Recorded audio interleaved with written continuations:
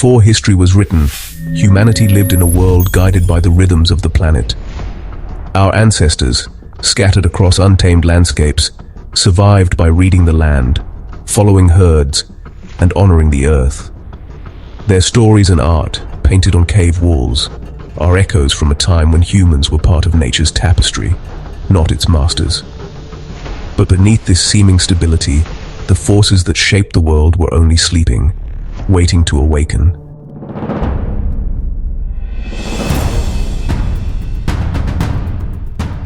Humanity lived at the mercy of nature, thriving when the earth was generous, struggling when it was not.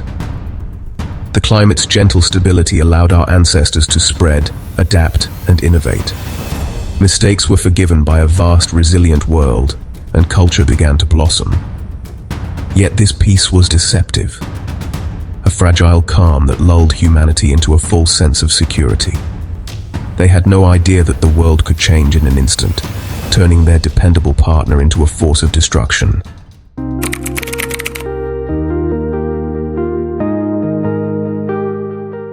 Calm never lasts forever. Deep within the earth and far out in space, forces gathered, ready to shatter the world's fragile balance. Around 12,800 years ago, catastrophe struck, an apocalypse that ended the long era of peace. For those who survived, the world became unrecognizable, their reality torn apart by chaos.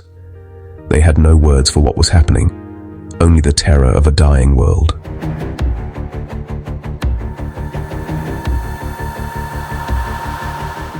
Life in the shadow of the ice sheets was a symphony of cycles. Sun, moon, and seasons guiding every action. This rhythm allowed humans to flourish, anticipate migrations, and live in harmony with nature. The Alarud warming brought 1,000 years of stability, fostering innovation and culture. But this golden age was brief, a calm before a storm that would silence the world's music. The rhythm that defined their lives was about to be shattered.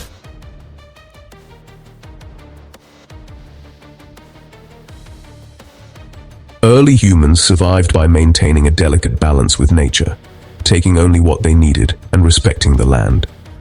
Their art and rituals reflected a deep reverence for animals and the cycles of life and death.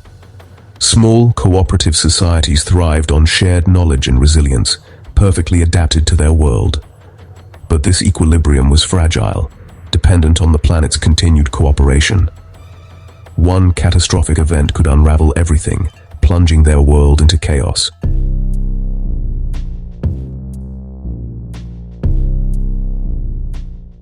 It would have started subtly, so subtly in fact that it might have been dismissed at first as an anomaly, a fluke of nature.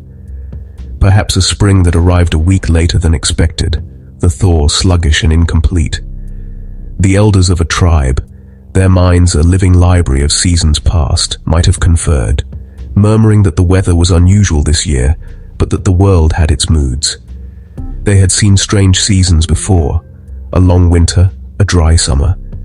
They had always endured. There was no reason to believe this was any different.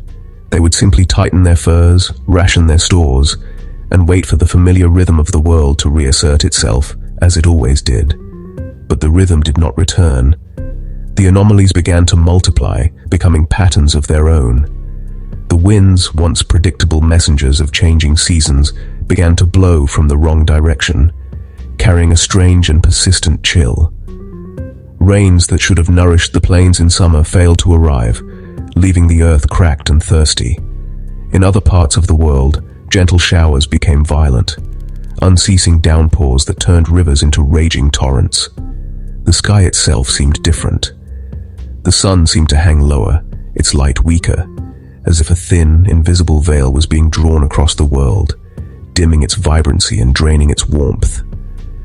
Animals, with their keen, instinctual connection to the planet, would have sensed the change first.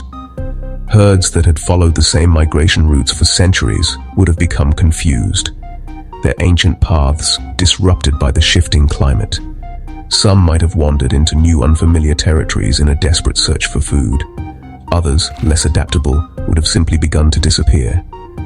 The hunters would have returned to the camp empty-handed more and more often, their faces etched with a growing worry. The teeming life that had once filled the landscape was becoming quieter, scarcer. A deep, unsettling silence was beginning to fall over the ancient world. For a people who read the world as a text, these were terrifying passages. The signs were all wrong. The story the planet was telling was no longer one of life and renewal, but of confusion and decay. Doubt and fear, emotions that had always been part of life, began to coalesce into something larger, a constant, gnawing anxiety that settled over the communities like a persistent fog. The world was no longer behaving as it should. The sacred balance was broken. This was not a temporary mood of the planet. This was something new, something deeply wrong. The calm was over. The storm had not yet broken, but its first chilling whispers were now impossible to ignore.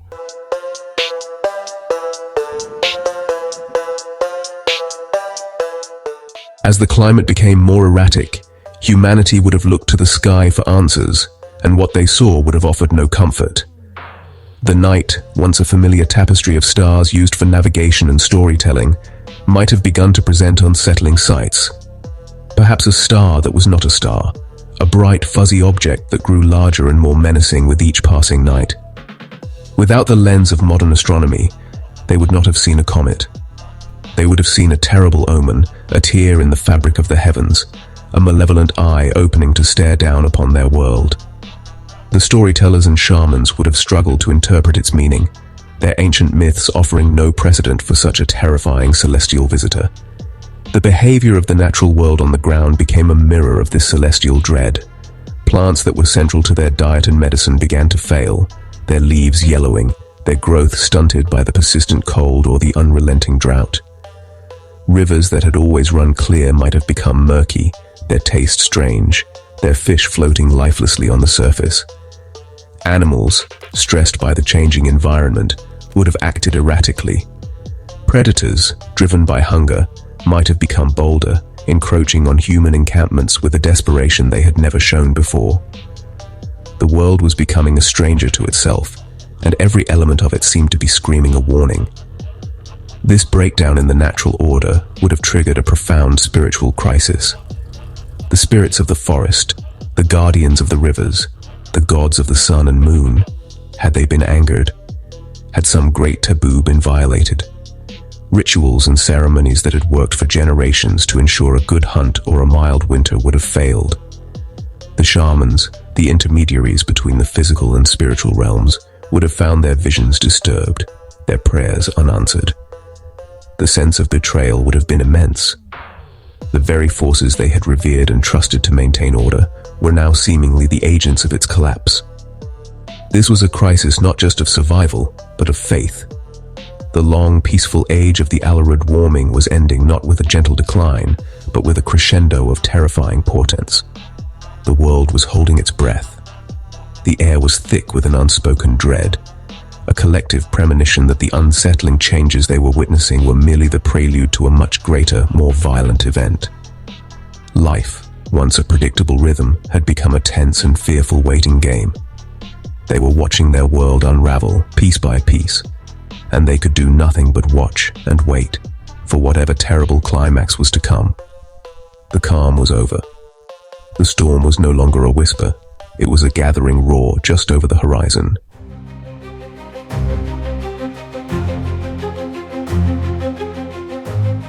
Around 12,800 years ago, the planet changed. It did not change gradually, over centuries, allowing life to adapt. It changed suddenly, with a shocking and brutal swiftness that defied all known rhythms of the world. The whispers of change became a deafening roar. The subtle chill in the air became a savage, biting cold that descended like a shroud over vast swathes of the globe. This was not the familiar cold of winter, a temporary hardship to be endured. This was a fundamental shift in the planet's state of being, a plunge back into the unforgiving grip of an ice age. The brief, warm spring of the Alarid interlude was over. A new, dark chapter had begun. Temperatures dropped, not by a degree or two, but by as much as 8 degrees Celsius in a matter of decades, perhaps even years. For the people living through this, the experience would have been bewildering and terrifying. Summers failed to arrive. The sun, though present in the sky, seemed to offer no warmth. Ice, which had been in retreat for over 1,000 years, began to advance once more. Glaciers in the mountains started to grow, their icy tongues creeping back down into the valleys they had only recently vacated. The very air felt different, thin and sharp, carrying with it a cold that seeped into the deepest parts of the marrow. A cold from which there was no escape. The world they had known, a world of green plains and flowing water, began to transform into a stark, frozen landscape. The growing season, already short, shrank to almost nothing. In many places the ground became permanently frozen, a hard, unyielding permafrost that locked away the nutrients of the soil. The gentle rains that had nourished life were replaced by harsh, driving snows and sleet that fell even in what should have been the warmest months. This dramatic cooling event, known to scientists today as the Younger Dryas, was a climatic catastrophe on a planetary scale. For the small bands of humans scattered across the northern hemisphere, it was the beginning of the end of their world. This was not a local phenomenon. From the plains of North America to the forests of Europe and the steppes of Asia, the evidence is the same. The geological record shows a stark, undeniable line, a boundary in time where the warmth abruptly ends and a deep cold takes hold. It is a scar left on the planet, a silent testament to a time when the Earth's climate system was thrown into violent disarray. The people of that time had no way of knowing the scale of the disaster. They only knew that their local environment, the only world they had ever known, had become hostile, alien, and lethally cold. The fight for survival had entered a terrifying new phase.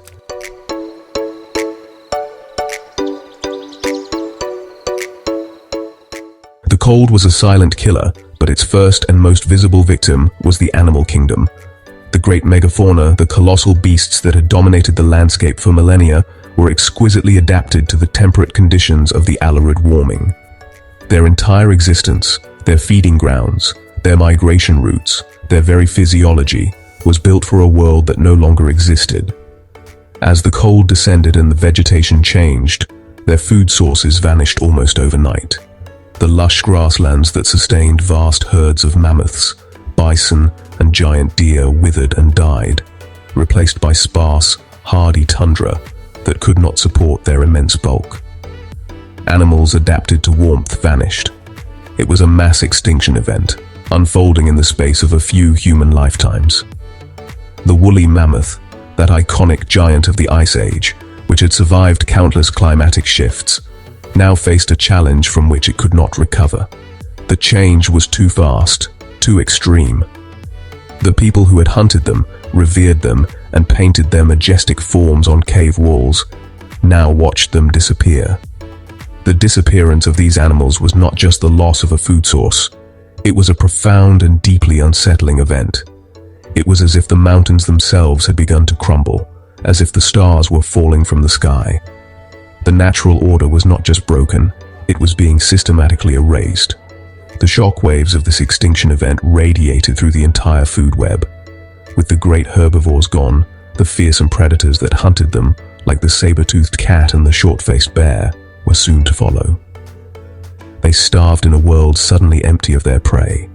For human hunters, the consequences were immediate and catastrophic.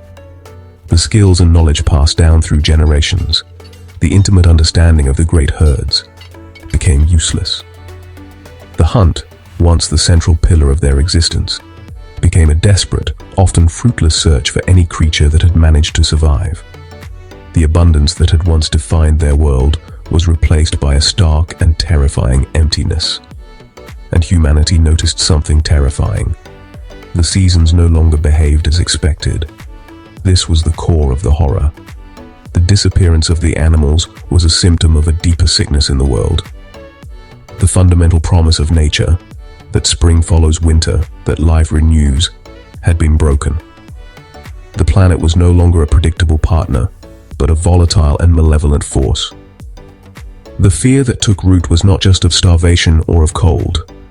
It was a deeper existential dread, the fear of a people who have become unmoored from reality, adrift in a world where all the rules have changed, and every sunrise brings only greater uncertainty and a deeper, more profound cold.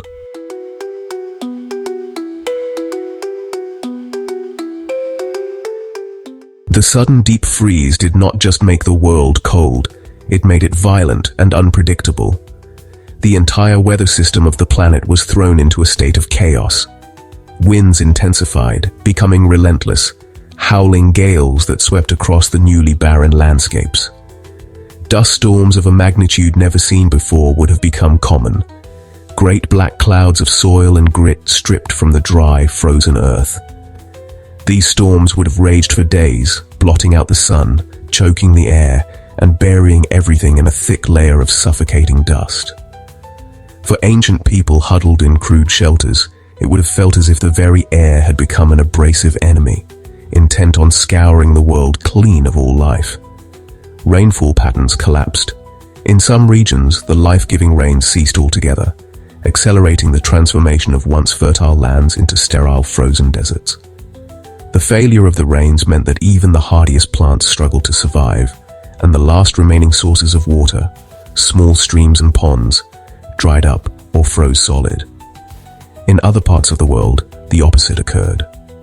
The disrupted climate system unleashed biblical deluges, storms of unimaginable intensity that caused flash floods, washing away entire landscapes in a torrent of mud and debris.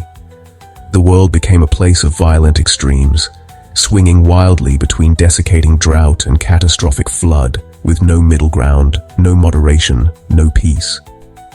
This climatic chaos would have made a nomadic existence, the cornerstone of hunter-gatherer life, almost impossible. The familiar territories, the known migration routes, the trusted campsites, all were rendered useless. A valley that had offered shelter for generations could be wiped out by a flood overnight. A plain that had provided grazing for small game could become a dust bowl in a matter of months. Every journey into the landscape was a gamble. The deep instinctual knowledge of the land, their most valuable asset, was now obsolete. They were strangers in their own homeland, forced to navigate a treacherous and constantly shifting environment where every landmark had been altered and every path was fraught with new, unknown dangers. The psychological toll of living in such a world is difficult to comprehend. The constant stress, the unrelenting uncertainty, the daily confrontation with a world that had become hostile and alien would have been immense. The sky, once a source of wonder and guidance, was now a canvas for terrifying storms. The earth, once a provider of sustenance, was now frozen, barren, or being washed away. The sense of helplessness would have been absolute. This was not a challenge to be overcome with skill or bravery. This was a war against the planet itself, a war that humanity could not possibly hope to win. The world was not just changing, it was actively trying to tear itself apart.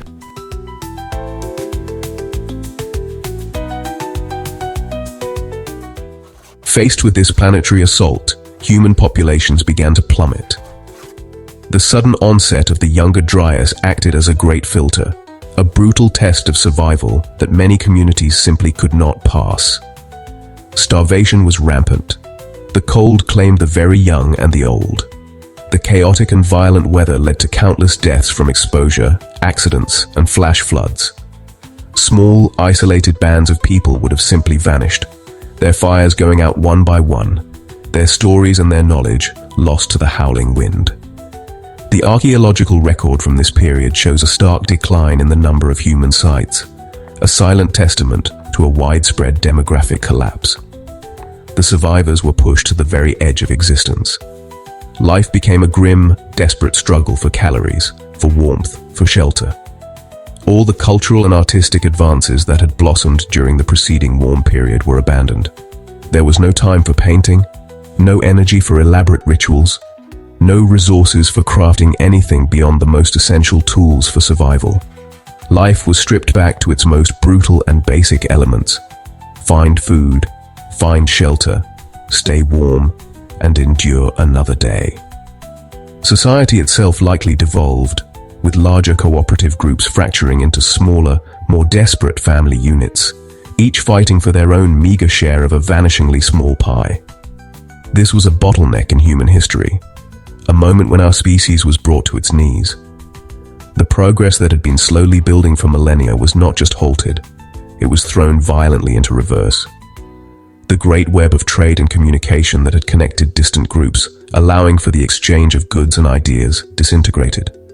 Communities became isolated, trapped in their dying landscapes, unaware if anyone else had survived. It would have felt like the end of humanity itself, a lonely vigil in a world that was actively rejecting them. The long, slow climb of our ancestors had reached a precipice, and they were now tumbling into a dark and unforgiving abyss. This sudden shift was not just a climate event, it was the crucible in which the future of our species was forged. Those who survived were, by necessity, the most resilient, the most adaptable, and perhaps the most ruthless. They endured 1,000 years of brutal cold and chaos, a long, dark age that would forever be seared into the collective memory of their descendants. And as they stared out into their broken world, some of them may have looked to the sky, to the source of the omens that preceded the disaster, and wondered if the cold that had frozen the earth was not the cause of their misery, but merely a consequence of something far more terrifying.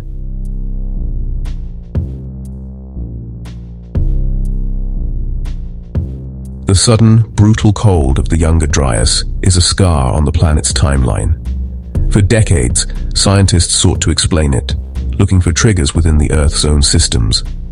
They pointed to the melting ice sheets, suggesting a colossal flood of fresh water into the North Atlantic might have shut down the ocean currents that carry warmth around the globe. This theory made sense. It was grounded in earthly processes, but some scientists looked at the evidence and felt that something was missing. The sheer speed of the cooling, the accompanying mass extinction, and the strange layer of exotic materials found at the Younger Dryas boundary suggested a different kind of culprit. A culprit that was not of this world. Some scientists now believe the danger came not from the oceans, but from above. They propose a theory that is both terrifying and epic in its scale.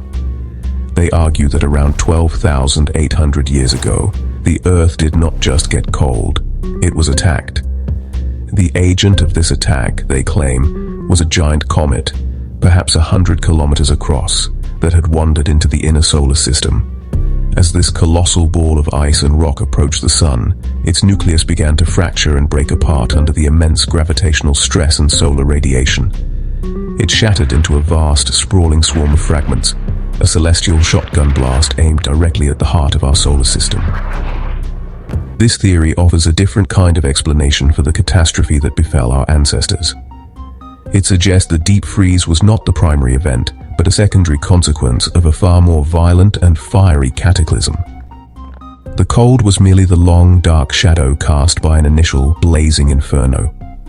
This hypothesis reframes the entire event, transforming it from a climatic shift into a cosmic collision. It posits a day, a single, terrible day, when the ancient world was subjected to a bombardment from space that it was utterly powerless to resist. A day when the fundamental laws of nature were not just bent, but shattered in a blaze of extraterrestrial fire. If this theory is correct, then the omens that may have troubled our ancestors, the strange new star in the night sky, the growing hazy light, were not omens at all. They were the approaching reality. They were watching the bringer of their doom grow closer with each passing night, completely unaware of its true nature. The fear and confusion they felt were the prelude to a horror they could not have imagined in their worst nightmares. They were a people who lived by the predictable rhythms of the earth, about to be confronted by the violent, unpredictable chaos of the cosmos. Their world was not just about to get cold, it was about to be set on fire.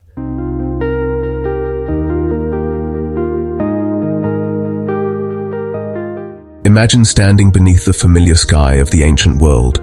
You are a hunter, a gatherer, a member of a small community nestled in a river valley. Your life is hard, but it is known.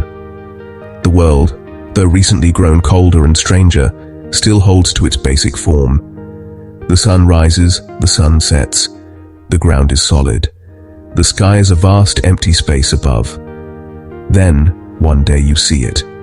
A new light in the daytime sky, a point of brilliance that rivals the sun itself. It grows brighter, larger. And then you realize, with a dawning primal terror, that it is not one light, it is many. A shower of impossible stars, falling toward you in broad daylight. The theory suggests that Earth did not encounter a single, solid object. Instead, it passed through the densest part of the fragmented comet's debris stream. This means there was not one impact, but many, thousands of them. A coordinated planetary-scale bombardment. The largest fragments, perhaps kilometers across, would have retained enough mass to punch through the atmosphere and detonate in colossal explosions just above the surface. These airbursts would have unleashed energy equivalent to thousands of nuclear weapons, all going off in the space of minutes. The shock waves from these titanic blasts would have flattened everything for hundreds of kilometers in every direction, a wave of pure force moving faster than the speed of sound. Beneath these airbursts, the world would have been sterilized. The heat generated would be instantaneous and absolute, a flash of thermal radiation so intense it would vaporize water, soil, and rock. Forests would not catch fire, they would simply cease to exist, erased from the landscape in a fraction of a second. Any living creature caught in the open would be turned to ash before the sound of the explosion even reached them. For our ancestors, this would have been an event of divine, incomprehensible power.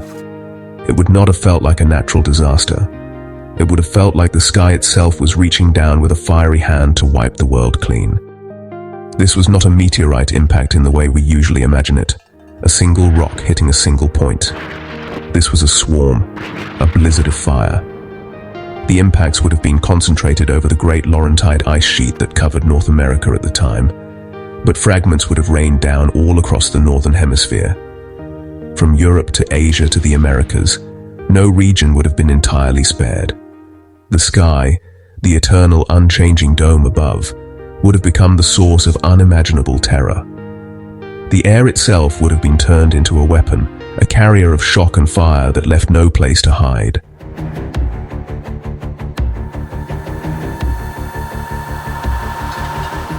The initial airbursts were only the beginning of the horror. As the larger fragments detonated, they would have superheated the atmosphere to thousands of degrees. This searing heat, combined with the ejecta thrown up by impacts on the ground, would have triggered a secondary catastrophe: global firestorms. The sky would have turned from blue to a terrifying glowing orange. The air itself would have become a convection oven, igniting forests, grasslands, and anything else that could burn, all at once. It wasn't a fire that spread from tree to tree. It was a fire that descended from the sky everywhere, simultaneously. An entire continent, perhaps more, set ablaze in a matter of hours. The scale of these fires is almost impossible for the modern mind to grasp. We're not talking about a forest fire, or even a series of them. We're talking about a fire front potentially thousands of kilometers wide, a self-sustaining inferno that would have consumed an estimated 10% of the Earth's entire land biomass. The smoke from these continent-spanning fires would have been thick and black, a suffocating pall that would quickly blot out the sun. The world would have been plunged into an unnatural, terrifying darkness, illuminated only by the hellish orange glow of the raging flames below. The air would be unbreathable, thick with ash, soot, and poison. For any human who survived the initial shockwaves and heat flashes, this would have been the next trial. Imagine running from a fire that has no edge, no flank to escape to. Imagine the air being so hot it sears your lungs with every breath. Imagine the world you knew, the forests that gave you shelter, and the plains that fed you, transformed into a single roaring ocean of flame. The sounds would be deafening. The roar of the fire, the crash of exploding trees, the scream of a wind created by the firestorm itself, and a constant terrifying hiss as the world burned. This was not the world dying. This was the world being cremated. Evidence for this giant conflagration is found today in that same mysterious layer at the Younger Dryas boundary. All around the world, scientists find a thin, black mat, a layer rich in charcoal, soot, and other byproducts of burning biomass. It is the signature of a world on fire. To ancient humans, this would have been a judgment. The spirits of the forest, the gods of the earth, had not just abandoned them, they were actively punishing them. The fire was a cleansing, a violent purification of a world that had somehow offended the powers that governed it. It was the ultimate expression of cosmic wrath, an act of destruction so total it defied all human understanding.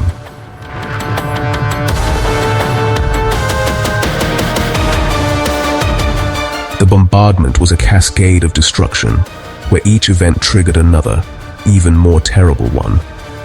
The largest impacts, those that occurred over the 2-kilometer-thick Laurentide ice sheet in North America, would have had a unique and devastating effect. The immense energy of the impacts would have instantly vaporized and destabilized vast sections of the glacier. Trillions of tons of ice would have been flash melted, shattered, and thrown violently into the atmosphere and across the continent. Icebergs the size of mountains would have been hurled hundreds of kilometers, carving bizarre, elongated scars into the landscape that still puzzle geologists today. This sudden, catastrophic melting of the ice sheet would have unleashed the second great weapon of the cataclysm: water. A flood of unimaginable proportions would have been released, a torrent of meltwater, ice, and rock that would have scoured the North American continent. This was not a river overflowing its banks. This was a wall of water hundreds of meters high, moving with the force of 1,000 tsunamis, erasing entire ecosystems and reshaping the very geology of the land. This event, now supported by extensive geological evidence, would have been the source of the great flood myths that are so common among the indigenous peoples of North America. They were not myths. They were memories of a very real, very terrifying event. But the most devastating global consequence was what the impacts and the firestorms threw into the sky. The combination of vaporized rock, dust from the ground, soot from the fires, and water from the melted ice sheets created a thick, impenetrable shroud that enveloped the entire planet. The sun, already dimmed by the smoke, would have been completely blocked out. Daylight would cease to exist. The Earth would be plunged into a state of total freezing darkness, an impact winter that would last for years, perhaps even decades. The light and warmth of the sun, the ultimate source of all life on Earth, would be gone. This is the direct link between the fire from the sky and the great freeze that followed. The initial event was one of incredible heat, but its aftermath was one of profound cold. The dust and soot in the stratosphere acted like a planetary shield, reflecting the sun's radiation back into space and preventing its warmth from reaching the surface. Temperatures would have plummeted, triggering the sudden and dramatic cooling that defines the start of the Younger Dryas. The fire had done its work. Now, the ice would descend. For the terrified survivors huddling in the darkness, the world had become a true hell, swinging from an unsurvivable inferno to an equally unsurvivable icebox.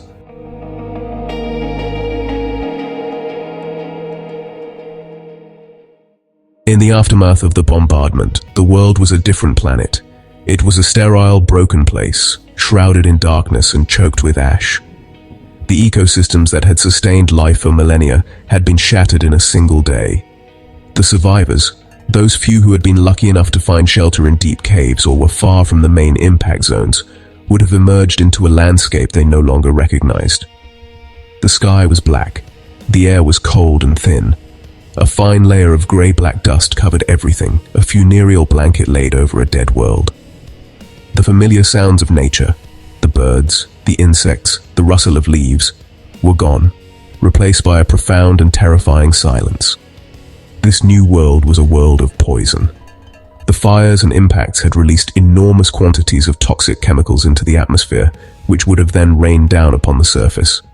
The water in the remaining streams and lakes would be contaminated with heavy metals and acids. The very soil would be toxic. Any plants that managed to struggle back to life in the dim light would have drawn these poisons into their roots, making them dangerous to eat. For the starving survivors, even finding a source of food could be a death sentence. The planet had not only been physically broken, it had been chemically corrupted. This event represents a punctuation mark in the story of life on Earth. It was a reset button, hit with cosmic violence. It explains the simultaneous disappearance of the megafauna across an entire continent. They were not just starved by the cold, they were annihilated in the initial cataclysm. It explains the mysterious black layer found in the soil. It explains the sudden, inexplicable plunge into a new ice age.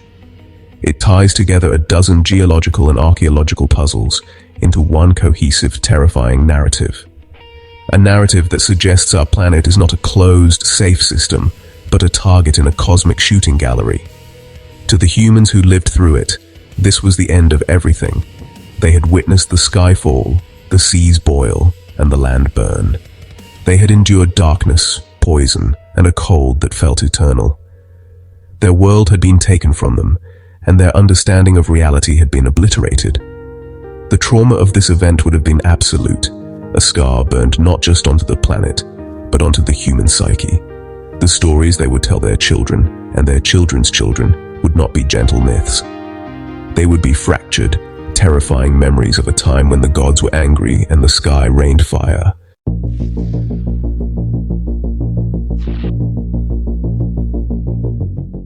The fire from the sky was the first act, a sudden, violent trauma that scorched the earth and plunged it into darkness. But the cataclysm was not over. The impact winter, the long dark freeze that followed, had locked the planet in a grip of ice for more than 1,000 years. Now, a second act of destruction was beginning. It was not a cataclysm of fire, but of water. The planet, having survived the inferno and the deep freeze, was about to be drowned. The pendulum of climate, thrown to one extreme, was about to swing back with terrifying force, unleashing a new kind of chaos upon the scarred and broken world. The long winter was ending. As the dust and soot from the initial catastrophe finally began to settle out of the atmosphere, sunlight, weak at first, started to reach the Earth's surface once again. The warming was as rapid and as violent as the cooling that had preceded it. Temperatures shot up. The great ice sheets that had advanced during the Younger Dryas and the colossal remnants of the older glaciers now began to melt. And they did not melt slowly, gently, over millennia. They melted with catastrophic speed. The water that had been locked away as solid ice for centuries was about to be returned to the oceans all at once. This was not a gentle spring thaw. This was a planetary fever. From the mountains to the polar caps, the world began to weep. Rivers of meltwater, far larger than any rivers that exist today, began to carve new channels through the barren landscapes. They were not life-giving streams, but destructive torrents, choked with gravel, ice, and the debris of a shattered world. They roared down from the highlands, tearing at the land, carrying away the toxic soil left behind by the Great Fire. For the survivors of the long cold, this was not a reprieve. It was simply the next phase of the nightmare, a new enemy to face. The melting ice was a ticking clock, counting down to a global flood. The sheer volume of water being released was staggering, an amount almost beyond comprehension. It had to go somewhere. It poured off the continents and into the sea, beginning a process that would redraw the maps of the world. The survivors of the Younger Dryas, who had clung to life in a world of ice and darkness, were now faced with a world that was dissolving around them. The solid ground beneath their feet, the one thing that had remained constant, was about to be swallowed by a rising, relentless tide. The age of fire and ice was over. The age of water had begun.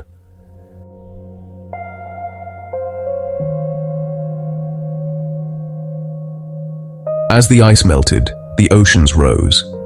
Not by inches over a century, as we see today, but by meters in a single lifetime. The sea level rise was not a gentle creep. It was a hungry, aggressive advance.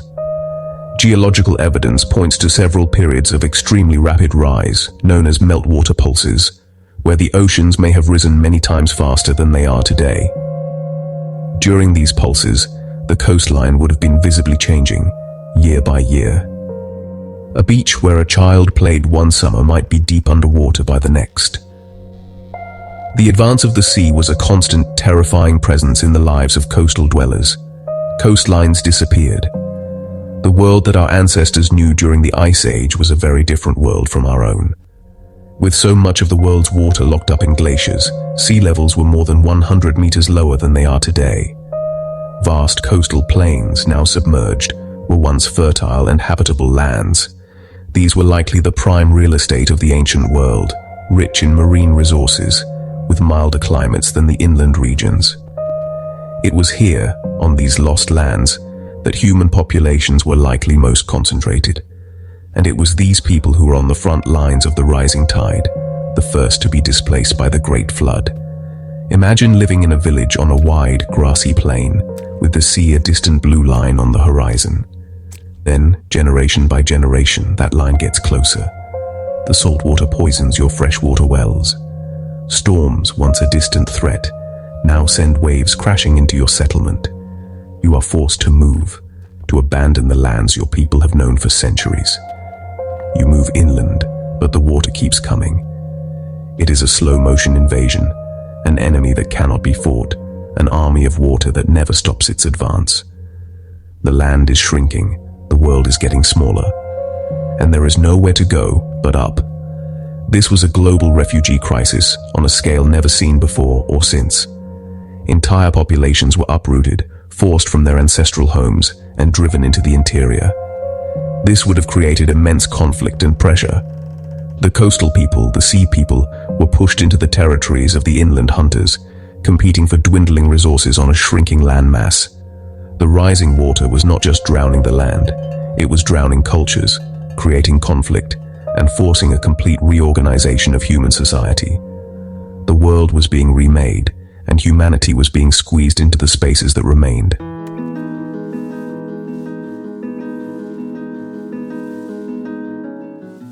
The destruction was not confined to the coasts. Inland, the world was also being torn apart by water. Rivers overflowed with violence.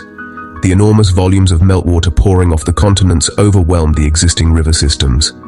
Valleys that had once held gentle streams became the channels for raging, continent-spanning floods. The evidence for these megafloods is etched into the landscape of our planet. In North America, the channeled scablands of Washington state tell the story of a flood that defied belief. A torrent of water and ice that scoured the bedrock bare, leaving behind a bizarre and dramatic landscape of dry waterfalls and giant canyons. These were not just floods, they were geological events. They moved with such force that they could pluck boulders the size of houses from the ground and carry them for miles. They reshaped the surface of the earth in a matter of days. For any humans living in the path of these torrents, there would have been no warning and no escape. Entire regions would have been sterilized, washed clean of all life.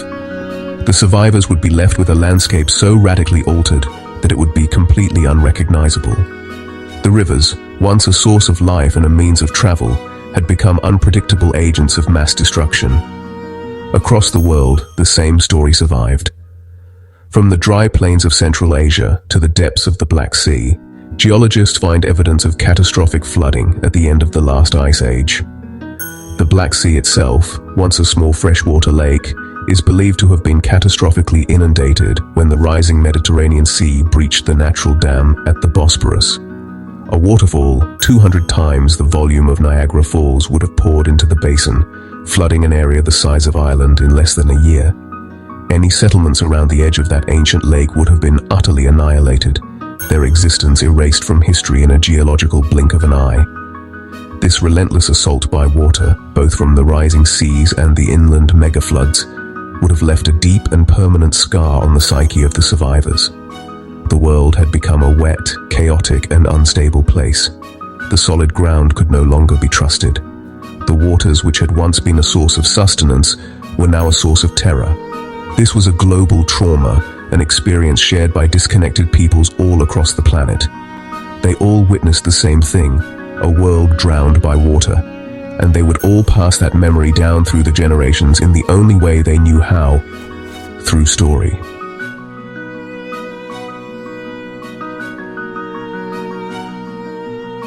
The stories they told were remarkably consistent. From culture to culture, continent to continent, a single powerful narrative emerges. It is the story of a great flood, a divine punishment that wiped the slate clean, a world submerged by a vengeful deluge. The details change, the names of the gods are different, the heroes who survive have different faces. But the core of the story, the memory of the waters rising to consume the land, remains startlingly the same. A man is warned to build a great boat. He gathers his family and the animals of the earth. The rains fall, the waters rise, and the world is drowned. In Mesopotamia, the Epic of Gilgamesh tells of Utnapishtim, who survives a flood sent by the gods to destroy mankind. In the Bible, Noah builds his ark. In Hindu mythology, Manu is warned of the flood by the god Vishnu in the form of a fish. The ancient Greeks told the story of Deucalion and his wife Pyrrha, who survived a flood sent by Zeus by floating in a wooden chest. The story is found among the indigenous peoples of the Americas, from the Inuit in the north to the Mapuche in the south. It is found in China, in the islands of the Pacific, and in the traditions of Aboriginal Australians. This raises a profound and, honestly, a bit of a troubling question.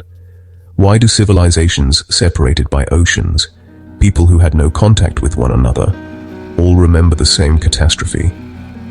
The traditional explanation is that these are simply myths, cautionary tales about the power of nature or the anger of the gods, born from the experience of local river floods. But the sheer universality of the story, its global distribution, and its uncanny similarity across cultures suggests something more. It suggests that these are not independent inventions. They are shared memories, the echoes of a single global event that was witnessed by all of humanity. What if the flood myths are not myths at all? What if they are a fragmented, distorted, but fundamentally true account of the end of the Ice Age? What if they are the memory of the meltwater pulses, of the catastrophic rise in sea levels that drowned the coastal plains where a significant portion of the human population once lived? The story of a man building a boat to save his family is not just a story, it is a survival guide. It is the memory of a time when the only way to survive was to abandon the land and take to the water, floating above a world that was being swallowed by the sea.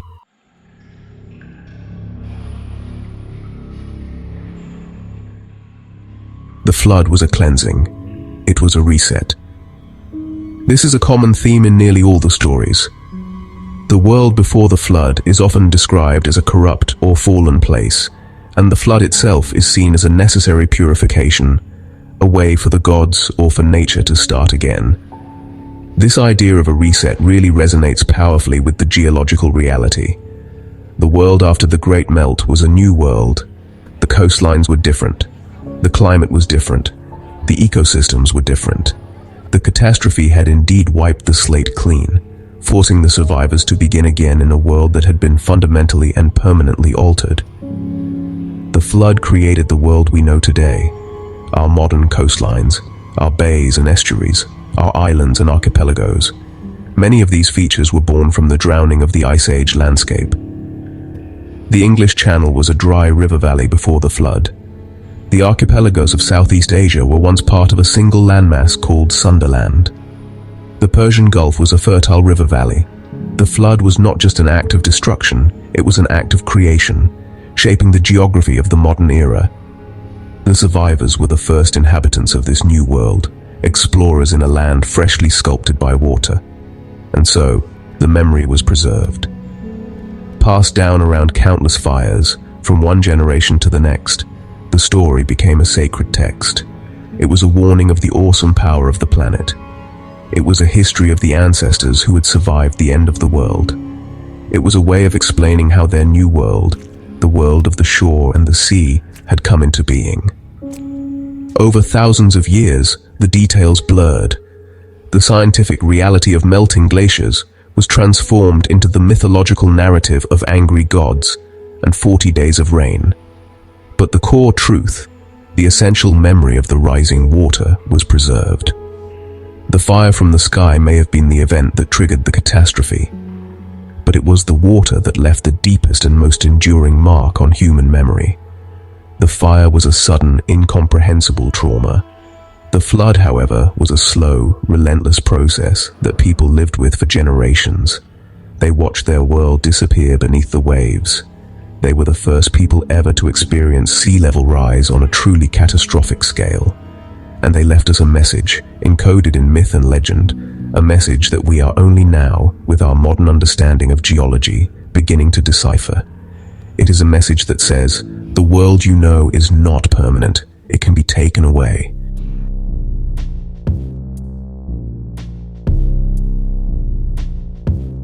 The Great Flood did more than just reshape the world's coastlines and leave a lasting scar on human memory. It buried a chapter of our own story, a chapter we are only now beginning to suspect ever existed. The survivors of the Younger Dryas catastrophe, those who endured the fire, the cold, and the rising waters, were not all simple, scattered bands of hunter-gatherers. Some ancient societies did not survive the onslaught. The evidence for their existence is not found in written records or grand ruins on dry land. It is hidden, submerged beneath the waves, in the drowned coastal plains that were once the heartlands of the prehistoric world. These were the places most likely to have fostered the first sparks of complex civilization. The rich estuaries, the gentle coastal shelves, the river deltas. These environments were far more productive and stable than the harsh inland terrains. They offered an abundance of resources, from fish and shellfish to waterfowl and marine mammals, all year round. Such abundance is the necessary precondition for sedentary life, for larger populations, and for the development of social structures that go beyond the small nomadic hunting band. It is here, on these lost lands, that the first large settlements, the first stirrings of agriculture, and the first complex belief systems may have taken root, long before the history books tell us they should have. The rising waters acted as a great eraser, wiping these nascent civilizations from the map. Their cities, if they had them, were not built of stone that could endure the ages, but likely of wood, earth, and reed, materials that would decay and disappear after centuries underwater. Their settlements were drowned, their structures abandoned in a desperate flight to higher ground. The people themselves were scattered, their social fabric torn apart, their accumulated knowledge fractured and diluted as they were forced to become refugees in their own world. The flood was not just a natural disaster, it was a cultural apocalypse, a great forgetting that severed us from our own deep past. Today, tantalizing hints of this lost world are beginning to emerge. All around the globe, from the coast of India to the waters off Japan and in the depths of the Mediterranean, divers and remote sensing technologies are discovering strange, anomalous structures on the seafloor.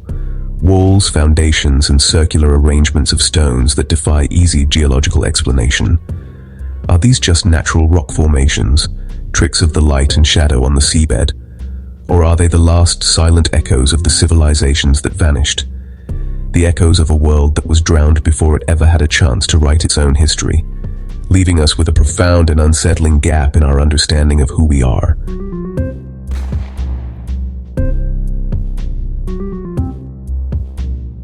Even on the land that remained above the water, we find perplexing clues. Stone monuments, older than recorded history, stand as silent witnesses to a forgotten age. These are not the works of small, disorganized groups of hunter-gatherers. They are massive, ambitious construction projects that speak of sophisticated knowledge, complex social organization, and a powerful, unifying belief system.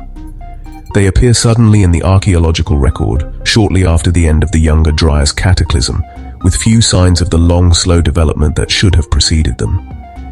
It is as if the knowledge required to build them appeared out of nowhere, fully formed.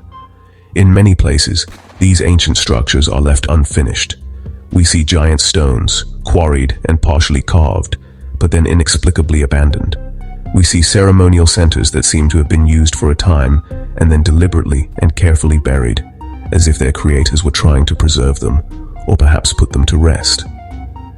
This pattern of sudden appearance, intensive use, and then deliberate abandonment is a recurring theme. It suggests a culture under immense stress, a people working against a ticking clock, perhaps trying to rebuild or commemorate a world they had lost before they too were forced to move on. Their great work left incomplete. Who were these people? Where did they acquire the astronomical, engineering, and mathematical knowledge to create such monuments? One controversial but compelling idea is that they were the survivors, the descendants of the coastal civilizations that were drowned by the rising seas. These refugees, carrying the fragmented knowledge of their lost world, would have moved inland, encountering the more primitive hunter-gatherer groups who lived there. They would have brought with them the memory of a more advanced way of life, including the skills needed to organize labor and build on a monumental scale. The great stone structures could be their attempt to re-establish their culture in a new, unfamiliar land. This theory paints a picture of a transfer of knowledge, a passing of the torch from a dying civilization to the ancestors of the new world. The monuments are not the beginning of a story, but the epilogue of a much older one. They are the last will and testament of a people who had witnessed the end of their world. They built these structures as a message to the future, a testament to their existence, and perhaps as a desperate appeal to the gods who had seemingly abandoned them.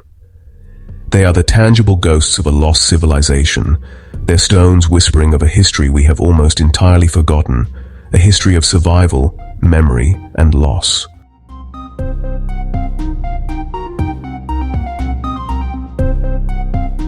Nowhere is this mystery more profound than at a site in modern-day Turkey called Göbekli Tepe.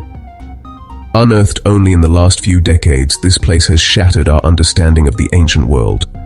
It is a vast ceremonial complex of massive, intricately carved stone pillars arranged in a series of circles.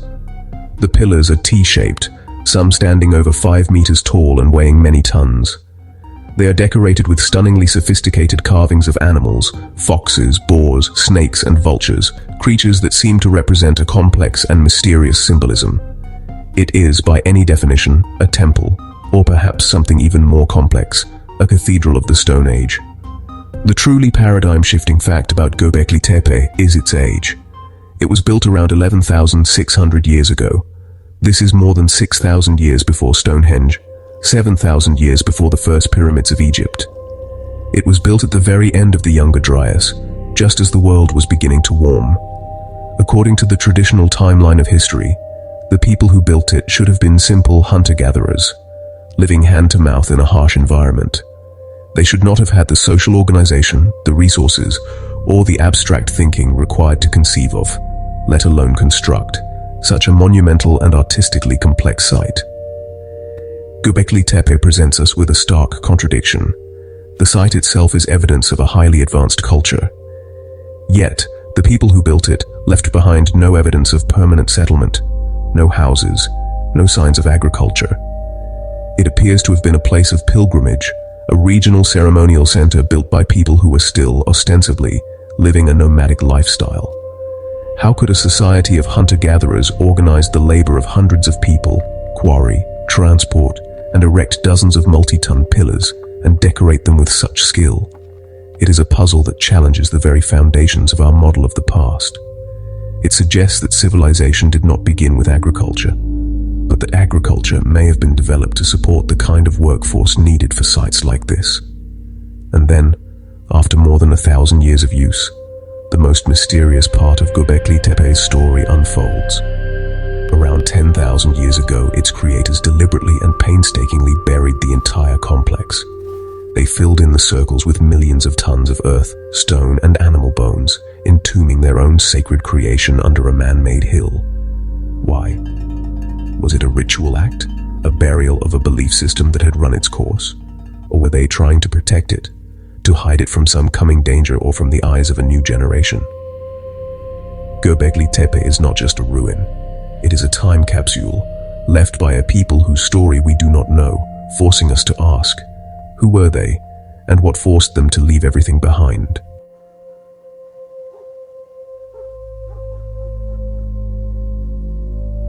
The existence of sites like Göbekli Tepe implies that these ancient people possessed a body of knowledge that was far more advanced than we have ever given them credit for. The precise alignment of some of their structures to celestial events, like solstices and equinoxes, demonstrates a sophisticated understanding of astronomy. This was not just casual stargazing. This was a deep, long-term study of the movements of the heavens, a science that would have required centuries of careful observation and the means to record and pass down that information through generations. It was a sacred science, one that connected their lives on Earth to the grand cycles of the cosmos. Their engineering skills are equally baffling. Quarrying and moving multi-ton stones, even with a large workforce, requires a practical understanding of geometry, leverage, and logistics. It requires planning, coordination, and a leadership structure capable of directing a large-scale public works project. This is the toolkit of a settled, complex society, not one we associate with nomadic hunters. The question is not just how they did it, but why. What was the driving motivation behind such a colossal expenditure of time and energy? It must have been a purpose that was central to their entire worldview, a purpose so important that it was worth dedicating generations to its pursuit. This knowledge, this ancient science, was ultimately lost. As the world changed, as the rising waters displaced populations and the climate shifted, the societies that held this knowledge collapsed. The chain of transmission was broken. The schools of astronomy, the guilds of engineers, the keepers of the sacred traditions, they were scattered. Their knowledge, which was likely passed down orally, became fragmented, diluted, and eventually forgotten. We are left with only the silent stone structures they built, the hardware of their civilization, without the software of their beliefs and understanding to make sense of it. The library of their world was burned, and all we have are the covers of a few of the books. What other knowledge might they have possessed? Did they have a deeper understanding of agriculture, of medicine, of the properties of plants and animals? Did they have a more nuanced and accurate memory of the cataclysms that had reshaped their world? The loss of this knowledge represents one of the greatest tragedies in human history. It is a void in our past, a library of Alexandria for the prehistoric world. We are the descendants of the survivors, but we are also the descendants of amnesiacs, piecing together the story of our ancestors from the few enigmatic clues they left behind, haunted by the feeling that their greatest achievements remain hidden from us, lost forever.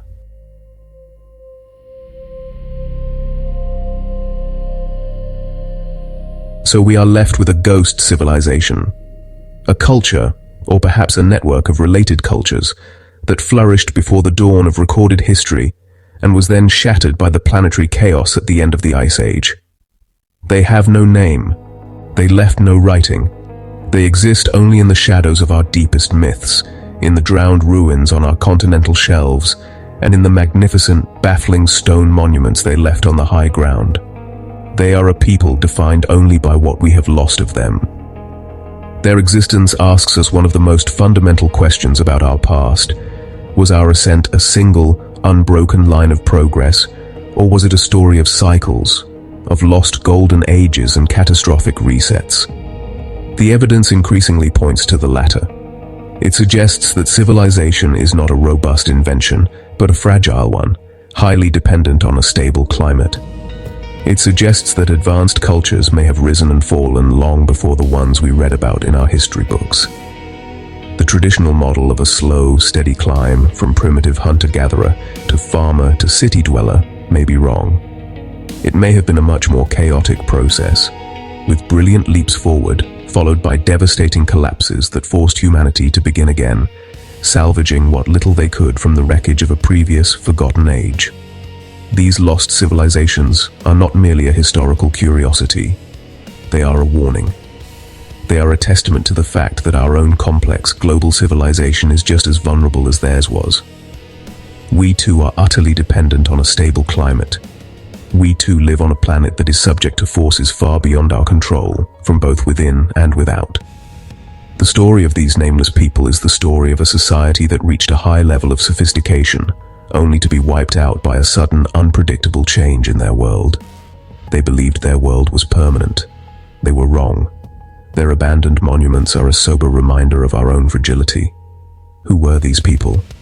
Perhaps we will never know their name, or hear their language, or understand the full depth of their beliefs, but their legacy is all around us. It is in the flood myths told by every culture. It is in the silent waiting stones of Göbekli Tepe. It is in the unsettling feeling that our history is deeper and more mysterious than we have been taught. They are the great unknown of the human story, the civilization that vanished, and their fate forces us to confront a chilling possibility, that the long dark age that followed their demise was not the beginning of our story, but a painful restart after the end of theirs.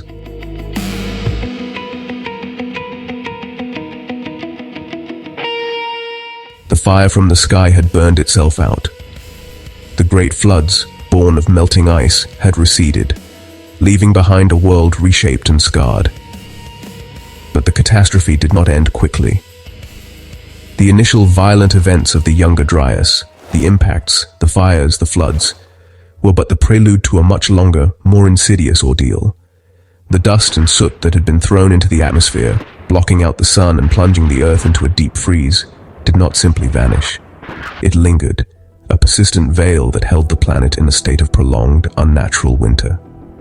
The world had been broken, and now it was frozen in time, unable to heal. For more than 1,000 years, Earth remained cold. This was the Younger Dryas stadial, a period of over 12 centuries where the climatic conditions of an ice age returned with a vengeance. This was not a normal cycle of seasons. It was a monotonous, grinding epoch of relentless cold. Summers were brief, cool, and weak, offering little respite from the harshness that defined the rest of the year. In many northern regions, the snow that fell in winter may not have fully melted before the next winter's snows began to fall again. It was an age defined by ice, a long, dark period where the vibrant pulse of a living planet had slowed to a faint and sluggish beat. The landscape itself reflected this grim reality. The lush forests and grasslands that had been consumed by fire did not return. In their place grew a sparse, hardy tundra, a landscape of low shrubs, mosses, and grasses that could withstand the persistent chill. Great ice sheets, which had been in retreat for millennia, stabilized and in many places began to advance once more, their immense weight grinding over the bones of the world that had been. The winds were a constant biting presence, sweeping unimpeded across the barren, open plains. It was a bleak, empty, and profoundly lonely world, hostile to almost every form of life. This was the long shadow of the cataclysm, an entire millennium where progress was impossible, where hope was a scarce commodity, and where the primary concern for every living thing was simply enduring the cold. For the human survivors, this was not a challenge to be overcome in a single lifetime. It was a permanent state of being, a world without warmth that stretched on for generation after generation. Children were born who had never known a truly warm day. Elders died having forgotten the memory of a green and vibrant world. This was not a difficult season. This was the new reality. The long dark age had begun.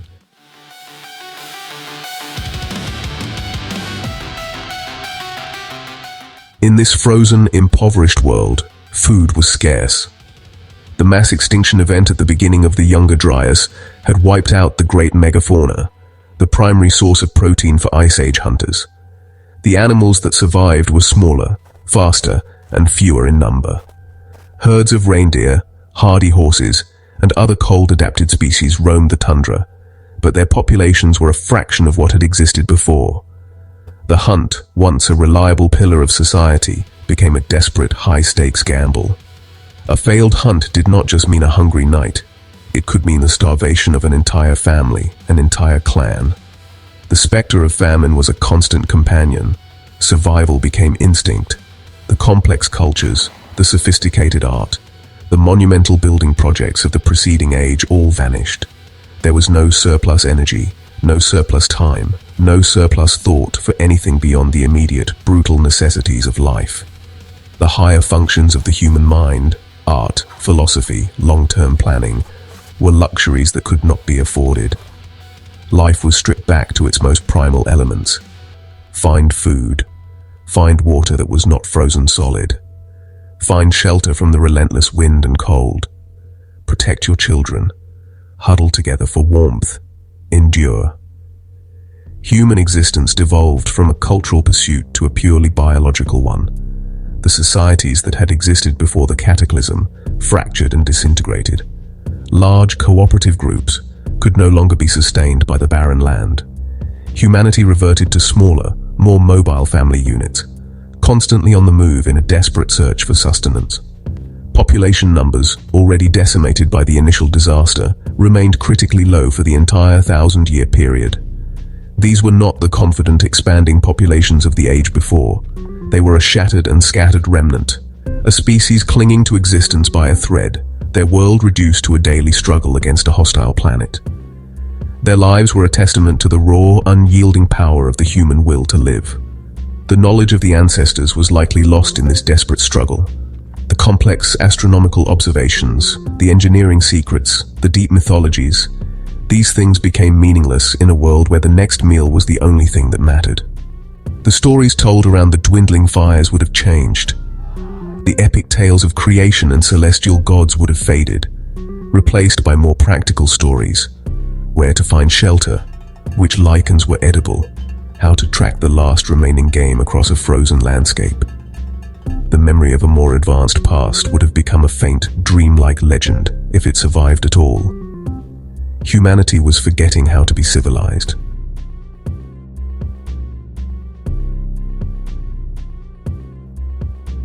Civilization did not progress during this long winter. It simply could not. You see, the very concept of progress is predicated on stability, on having a surplus of resources, and on the ability to build upon the achievements of the past. But the younger Dryas, well, it offered none of these things. It was a 1,000-year-long state of emergency. A great pause button pressed on human development, a period marked by cultural and technological stagnation. The finely crafted tools of the past were replaced by cruder, more functional implements. The intricate social networks that had allowed for trade and the exchange of ideas, they just dissolved into isolation. Humanity was treading water, just trying not to be pulled under by the icy currents of a frozen world. But it was more than just stagnation. In many ways, it was a regression. Humanity was forced to unlearn, to forget. The skills needed to build Göbekli Tepe were, well, useless in a world where the most important skill was knowing how to build a fire in a blizzard. The social structures that supported a complex society became a liability when small mobile groups had a better chance of survival. It's like humanity had climbed a great ladder of cultural evolution, and the younger Dryas just kicked that ladder out from under them. They weren't just starting over. They were starting over from a point lower down than where their ancestors had been thousands of years before. Then, around 11,600 years ago, as abruptly as it began, the younger Dryas ended. The climate flipped again, and the world began to warm with astonishing speed. The ice retreated, the rains returned, the plains began to green again. For the people who had endured the long cold, this was a deliverance. The planet was finally offering a reprieve. But they weren't the same people who had entered the Dark Age. They were a hardier, more resilient people perhaps, but also a people suffering from a profound cultural amnesia. The world was ready for civilization to begin again, but humanity had to rediscover the blueprint. Civilization did not just continue, it restarted. And this really is the great lesson of the long Dark Age. The path of human history is not a straight, unbroken line. It's a story with a massive 1,000-year-long gap in the middle. When agriculture, writing, and cities finally appear in the archaeological record after the cold, they're not the continuation of an old tradition.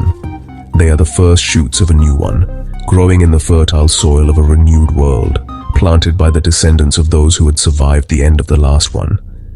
They were starting from zero, haunted by the faint, fractured memories of the world that had been lost to the fire, the water, and the ice.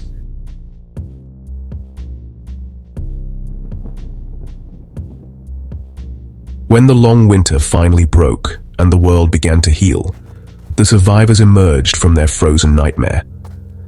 They were a people scarred, a species that had stared into the abyss of its own extinction and had, against all odds, endured. They had lost everything, their lands, their technologies, their complex societies. But they had managed to hold on to one thing, the most fundamental and resilient of all human creations. They had held on to their stories. Ancient people, scattered across a renewed but unfamiliar world, began to tell their children of the time before, of the world that had been lost. They told stories of angry gods, of a terrifying judgment that had been visited upon the earth. They told of fire from the sky. In countless cultures, we find myths of celestial battles, of suns falling to the earth, of stars that rained down destruction. The Greeks told of Phaethon, who lost control of the sun chariot and scorched the world.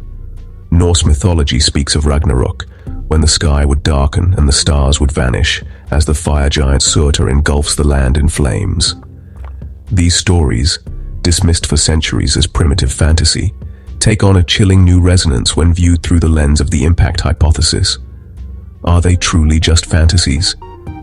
Or are they the fractured, terrified accounts of a people who witnessed a cosmic bombardment, a day when the heavens literally fell? They told of a world drowned by water.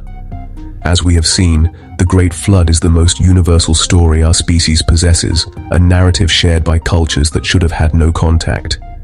They spoke of a cleansing, a great wave that washed away a previous age of humanity, leaving only a few chosen survivors to begin anew.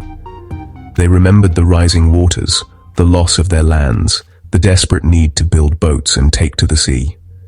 The stories are not metaphorical.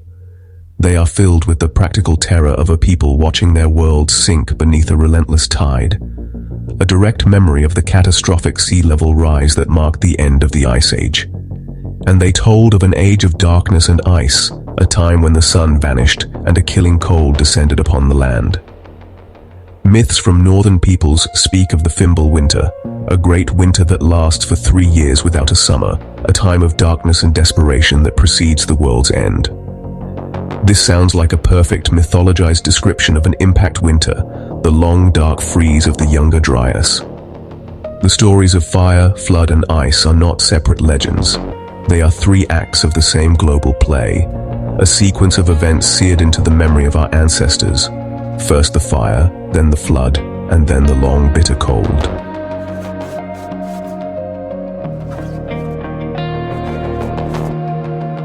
This raises a profound and unsettling question.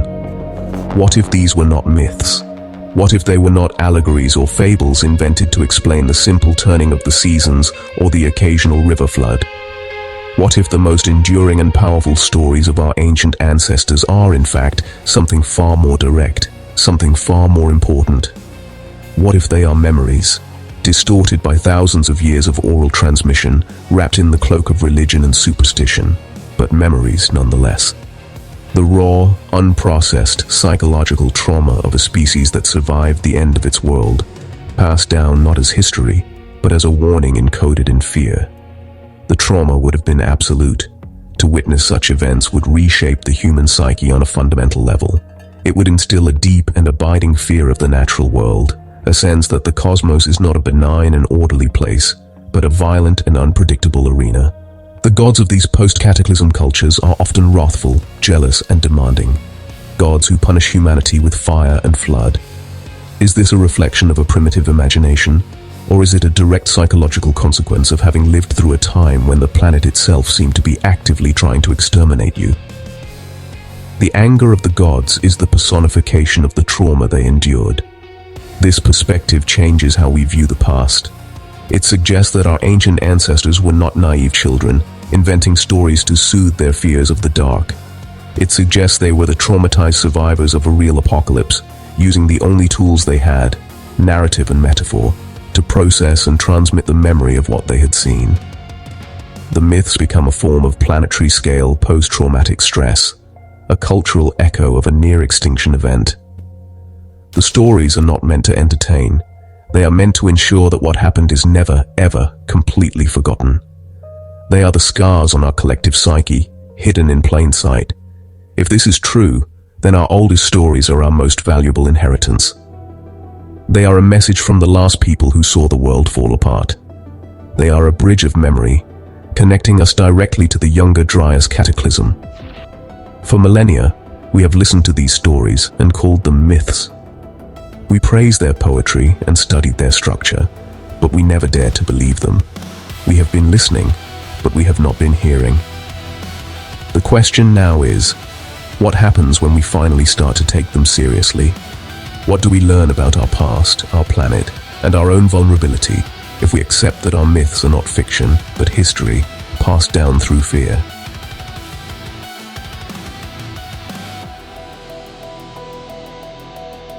The myths are not the only evidence. The stories passed down by the survivors are powerful, but they are human, subject to distortion and forgetting over time. The ultimate witness to the Younger Dryas catastrophe is not humanity, but the Earth itself. The planet has a memory that does not fade, a history written not in words, but in stone, ice, and sediment. Even today, If we know where and how to look, we can see the scars of that terrible age. The planet remembers, even when humans forget. Its testimony is silent, but it is clear, and it corroborates the terrifying tales of our ancestors in chilling detail. All around the world, at the precise boundary of the Younger Dryas, geologists find a thin, dark line. It is a layer of black matte, often only a few centimeters thick, but it stretches across continents. This layer is filled with the signatures of the cataclysm. It contains high concentrations of charcoal and soot, the unmistakable residue of continent-spanning firestorms. It contains microscopic spherules of melted rock and glass, evidence of the extreme temperatures generated by an extraterrestrial impact. And it contains exotic materials rarely found on Earth's surface, like nanodiamonds and iridium, materials that are the calling card of a cosmic collision. This black layer is the tombstone of the world that was. The physical landscape also bears witness. The bizarre, scoured terrains of the channeled scablands in North America tell a story of a flood so immense it defies modern comparison, a flood consistent with the flash melting of a continental ice sheet. Strange elliptical depressions known as the Carolina Bays, thousands of them oriented in the same direction, may be the shallow scars left by the shockwave or the secondary ice boulder bombardment from the main impact zone. The deep, sudden canyons carved by megafloods, the submerged coastlines, the terminal moraines of advancing glaciers, these are not just geological features. They are crime scene evidence, left behind by a planetary assault. These sudden breaks in the climate history, recorded in ice cores drilled from Greenland and Antarctica, provide the final, irrefutable proof. The ice acts as a perfect timeline, trapping atmospheric gases from millennia past. And in these cores, the data is stark. At the 12,800-year mark, the chemical signatures of the atmosphere change almost overnight. Temperatures plummet. Dust levels spike. The evidence for a global atmospheric event, one of immense and sudden violence, is undeniable. The planet does not lie. It tells us that something terrible happened, something fast and fiery and cold, that tore the ancient world apart and remade it.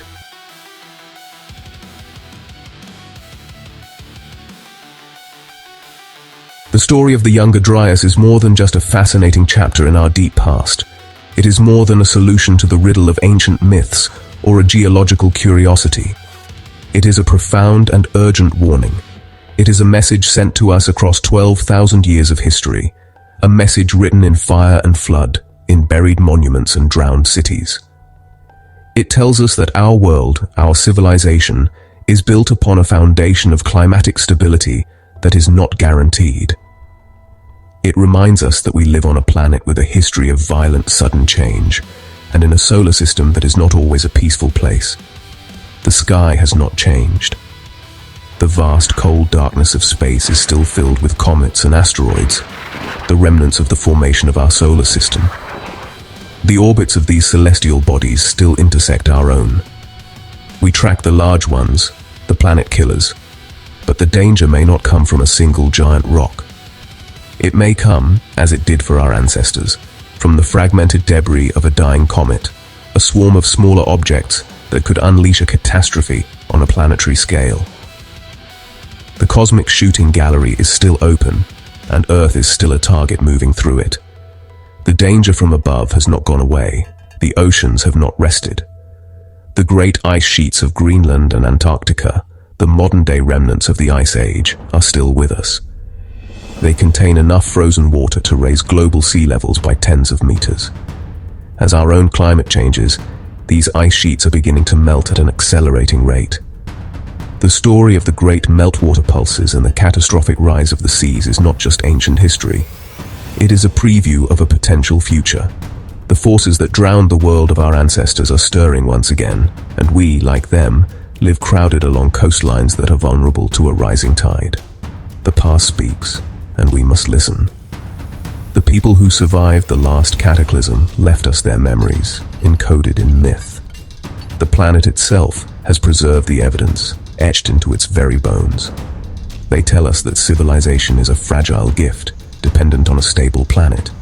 They warn us that this stability can be shattered in an instant, without warning, by forces beyond our control. The question they pose to us is simple and stark. If it happened once, what makes us so confident that it cannot happen again?